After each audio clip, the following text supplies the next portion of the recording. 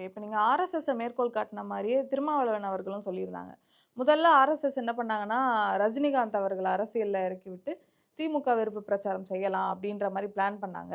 ஆனா ரஜினிகாந்த் அவர்களுக்கு பதவி மேலலாம் ஆசை இல்ல. அதனால அவர் வந்து அரசியல்ல இறங்கல.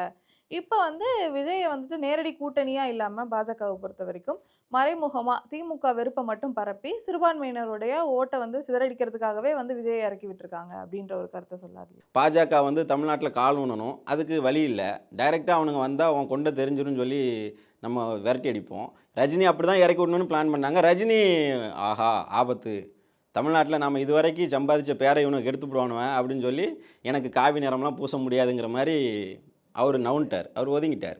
அப்புறம் பார்த்தானுங்க வந்தான் விஜய். கரெக்ட்டா லாக் பண்ணாங்க.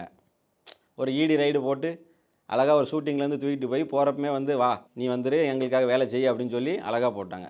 இவங்க வந்ததுலேருந்து யாரையாவது கொள்கை ரீதியா வளர்த்துருக்காங்களா? வந்து 1 1/2 வருஷத்துக்குள்ள 50 உயிர காலி பண்ணியிருக்கானுங்க. ஃபுல்லா திமுக வெறுப்பு மட்டுமே தான் வெறுப்பு அதுதான். விமர்சனம் பண்ணி அரசியல் பண்றது வேற.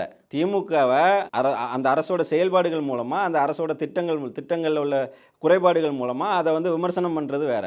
இல்ல அவரோட படத்திலேயே ஒண்ணுத்துல என்ன சொல்லியிருப்பாருன்னா, ஸ்கூல் எலக்ஷன், காலேஜ் எலக்ஷன்ல இருக்கும்பொழுது என்ன சொல்லியிருப்பாங்கன்னா, அடுத்தவங்க என்ன தப்பு பண்ணாங்கன்னு சொல்லி ஓட்டு கேட்காத. நீ என்ன பண்ண போறேன்றத சொல்லி ஆமா. ஓட்டு கேளுன்னு இதுவரைக்கும் அவர் சொல்லியிருப்பாங்க. சொல்லலையே.